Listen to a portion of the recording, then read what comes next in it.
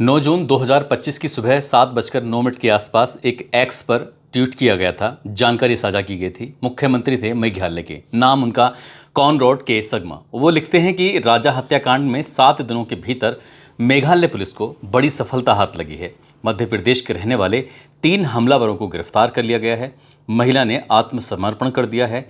एक अन्य को पकड़ने के लिए अभियान जारी है। बहुत बढ़िया मेघालय पुलिस।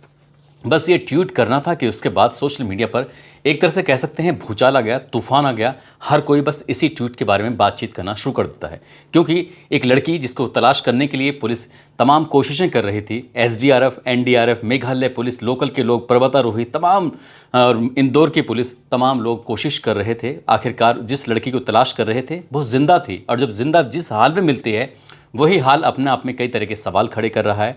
अब लोग सोशल मीडिया पर ये लिखने लगे हैं, सोनम ही बेवफा है। आज की इस कहानी के माध्यम से ये समझने की कोशिश करते हैं कि क्या वाकई सोनम बेवफा है कि नहीं है। आदाब, नमस्कार, सत श्री अकाल। मैं उस्मान सैफी। आज की जो सच्ची घटना मैं आपको सुनाने जा रहा हूँ, ये सच्ची घटना आज की शुरू होती है उत्तर प्रदेश के ज़िला गाज़ीपुर का एक थाना है नंदगंज। नंदगंज थाना क्षेत्र की मैं बात कर रहा हूँ। इसी क्षेत्र में एक ढाबा लगता है जिसका नाम है काशी चाय का जायका। काशी चाय के जायके पर 8 और 9 जून 2025 की रात लगभग 1 बजे के आसपास का वक्त रहा होगा। एक लड़की जिसके बाल बिखरे हुए थे, जिसने टी शर्ट पहनी हुई, जिसने नीचे जींस पहनी हुई थी, बड़ी बदहवास हालत में थी, परेशान से थी, समझ नहीं पा रही थी कि आखिरकार करे तो क्या करें। ढाबे के सामने एक टीन शेड है। टीन शेड के बराबर में जाकर खड़ी हो जाती है। तभी उसकी नज़र एक छोटू पड़ती है जो कि वहाँ इस चाय की दुकान पे काम करने वाला होता है। और वो चाय वाला जो लड़का होता है वो उस लड़की के पास जाता है और जाकर कहता है कि बहन जी, मैं आपकी क्या मदद कर सकता हूँ, आपको कुछ हेल्प चाहिए, क्या बात है, क्या नहीं। वो लड़की थोड़ी घबराई हुई थी, सकुचाई हुई थी। उस छोटू ने जाकर, जो इस ढाबे का मालिक होता है, इसका नाम साहिल यादव होता है, उसके पास जाता है और जाकर कहता है कि भैया, एक लड़की है जो अकेली है, जिसने इस तरह के कपड़े पहने हुए हैं, बाल उसके बिखरे हुए हैं, बड़ी बदहवाश हालत में है, कुछ ना कुछ दिक्कत परेशानी है, आपको देखना चाहिए, आपको जाकर बात करनी चाहिए। छोटू ने जाके जैसे ही अपने मालिक ढाबे वाले से ये बात कही, ढाबे वाला साहिल यादव उस लड़की के पास पहुंचता है। उस लड़की से जाकर पूछता है कि आपको क्या मदद चाहिए, क्या आपको खाना खाना है या आपको कुछ और मदद चाहिए, तो आप हमसे बता सकते हो। उस लड़की ने एक डिमांड की कि मुझे फ़ोन चाहिए, मुझे बात करनी है, अपने घर वालों से बात करनी है, क्या आप मेरी मदद कर सकते हैं। जैसे ही साहिल यादव ने ये बात सुनी, थोड़ा सा घबराया, परेशान हुआ। उसने सोचा, फिर उसे अपने घर के परिवार की बहन बेटियों की याद आई। ये दिक्कत परेशानी तो किसी के साथ भी हो सकती है, इसलिए अपने अंदर उसने हिम्मत जुटाई और हिम्मत जुटाते हुए अपना मोबाइल निकालता है और उस लड़की के हाथ में थमा देता है। वो लड़की क्या बातें कर रही थी, क्या नहीं कर रही थी, उस ढाबे के मालिक ने ये जानने की बिल्कुल कोशिश नहीं की, ना ही छोटू ने जानने की कोशिश की। और वो जाकर थोड़ा दूर खड़े हो जाते हैं। लड़की जब फ़ोन पे बातचीत कर रही थी तो लगातार रोए चले जा रही थी, रोते रोते कुछ कहने की कोशिश कर रही थी। सामने फ़ोन पर कौन है उसको पता नहीं, लेकिन ये कहा जाता है कि वो परिवार के लोगों से बातचीत कर रही थी। और जब बात खत्म हो जाती है, पूरी हो जाती है, तब भी उसका रोना बंद नहीं होता। एक तरफ छोटू, एक तरफ उस ढाबे का मालिक। इसी बीच में एक और महिला होती है जो यहाँ पर अपने परिवार, अपनी फैमिली के साथ आई हुई थी। उस महिला की नज़र इस रोती हुई लड़की पे पड़ जाती है। तभी वो लड़की से बातचीत करने की कोशिश कर रही थी, उसको ढांढस बताती है, शांत कराती है कि बेटा शांत हो जाओ, क्या दिक्कत है, क्या परेशानी है, आप हमसे बताओ, हम आपकी मदद कर सकते हैं। लेकिन सोनम, जो लड़की जिसका नाम सोनम रघुवंशी होता है, वो सिर्फ रोए चली जा रही थी। आखिरकार उस महिला ने जाते जाते ढाबा मालिक से कहा कि आपको एक काम करना चाहिए, आपको पुलिस को कॉल करनी चाहिए, पुलिस को बताना चाहिए। हो सकता है कि मामला ये पुलिस केस हो, कहीं ऐसा ना हो तुम्हारे लिए कोई दिक्कत परेशानी खड़ी हो जाए। ढाबे मालिक को ये बात समझ में आ जाती है। साहिल यादव ने तुरंत ही 112 नंबर पर कॉल करता है। कॉल करने के बाद कहता है कि साहब, यहाँ पर एक लड़की है जिसने काली टी शर्ट पहनी हुई, काली जींस पहनी हुई है, बाल बिखरे हुए हैं, थोड़ी परेशान हालत में है। उसने अपने परिवार वालों से बातचीत की है, रो रही थी, बहुत ज़्यादा परेशान हो रही थी, आसपास में उसका कोई अपना दिखाई नहीं दे रहा है, आप आ जाइए। 112 नंबर ने जैसे ही सूचना प्राप्त की, उसके बाद मौके पर पुलिस पहुंच जाती है। जो स्थानीय एसएचओ होते हैं वो भी मौके पर पहुंच जाते हैं। अब रात के लगभग 3 बजे के आसपास का वक्त हो रहा था। ये 9 जून 2025 की सुबह का वक्त था।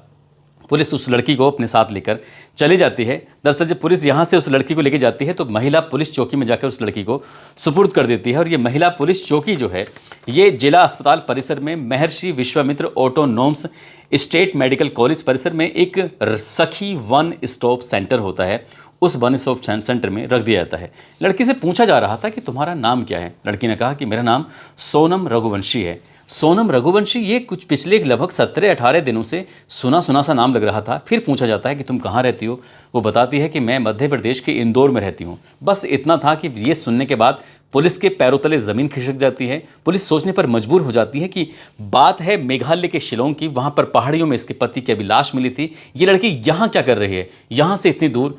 पुलिस समझ नहीं पा रही थी आखिरकार करे तो क्या करें। तुरंत ही उच्च अधिकारियों को लखनऊ सूचना दी जाती है।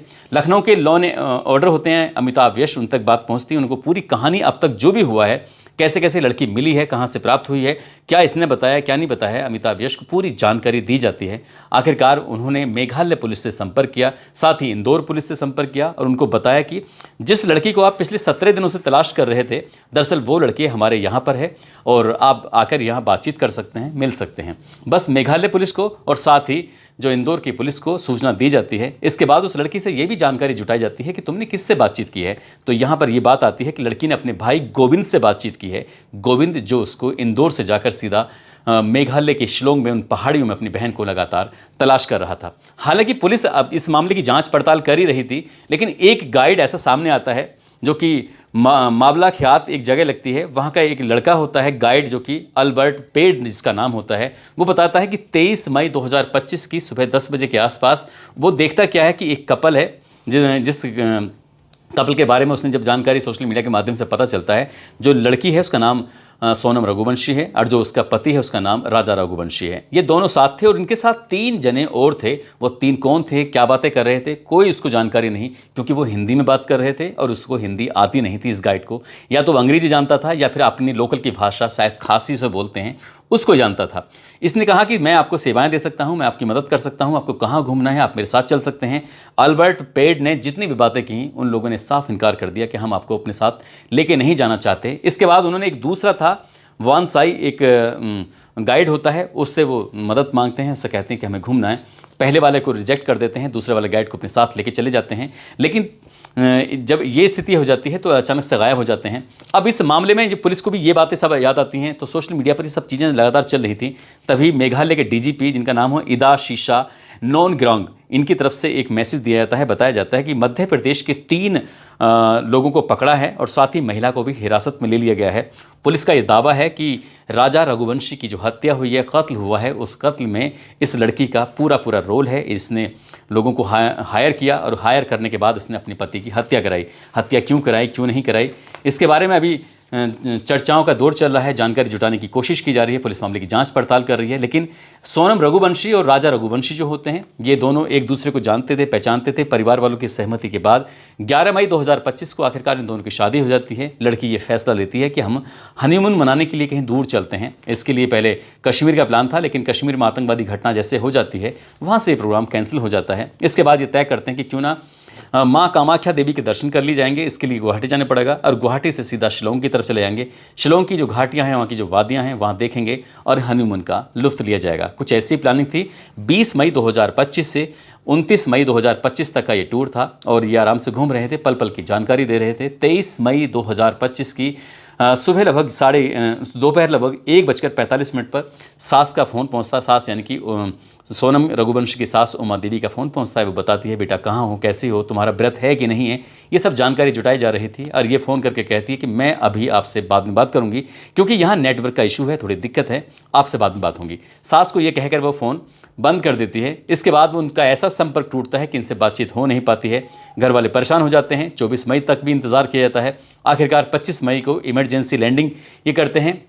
दूल्हा यानी कि राजा रघुवंशी का भाई और जो लड़की होती है उसका भाई, ये इमरजेंसी वहाँ जाते हैं और जाने के बाद अपनी बहन को तलाश कर रहे थे। जब वो लोकल की पुलिस मदद नहीं करती है, तब यूट्यूबर्स की मदद ली जाती है और मदद लेने के बाद लगातार कोशिश करते करते आखिरकार 11 दिन बीत जाते हैं। मेघालय के एक ज़िला है पूर्वी खासी हिल्स, वहाँ का एक थाना है सोहरा थाना क्षेत्र का ये इलाका लगता है बोईसाडोंग। और यहाँ लगभग 1000 फुट की जो गहराई थी उस खाई की, उस जगह की, वहाँ पर एक लाश मिलती है। और लाश के जो मिलती है उसके सीधे वाले हाथ पर राजा लिखा हुआ था। उससे पहचान कर ली जाती है कि जिस राजा रघुवंशी की तलाश कर रहे हैं, दरअसल वो मर चुका है, उसे मार दिया गया है। उसी के पास में एक दराती मिलती है जिससे क्या नारियल काटे जाते हैं, उससे शायद इसकी हत्या की गई है और मार के इसको गहरी खाई में डाल दिया गया है। और इस बात का अंदाज़ा इस बात से भी लगाया जा रहा था कि जहाँ पर लाश थी वहाँ पर उसे जाने में शायद वक्त लगेगा, क्योंकि एक दीवार थी 5 फुट से ज़्यादा की ऊंची उस दीवार को फांद पाना इतना आसान नहीं था, लेकिन वहाँ लाश कैसे पहुँच गई, आखिरकार ये भी एक सवाल था।